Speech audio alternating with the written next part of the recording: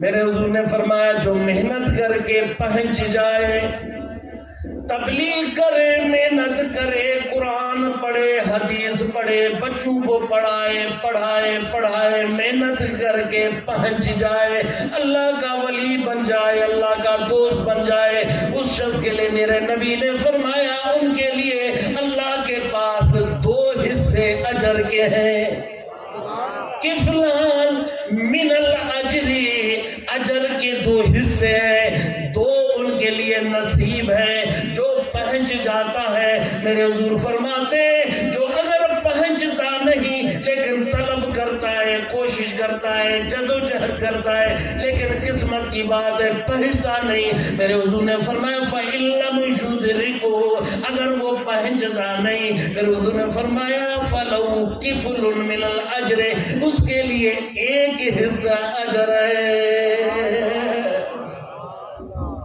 Tension ختم تھی گئی۔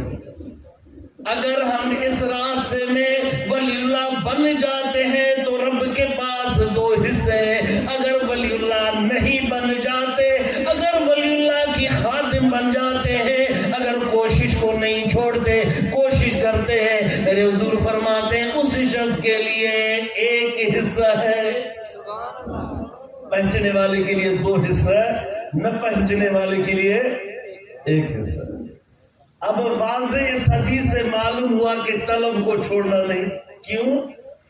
جو پہنچتا ہے ایک تو کوشش کا پھل، ایک پہنچنے کا، جو نہیں پہنچتا اس کو محنت کا تو پھل ملے گا نا۔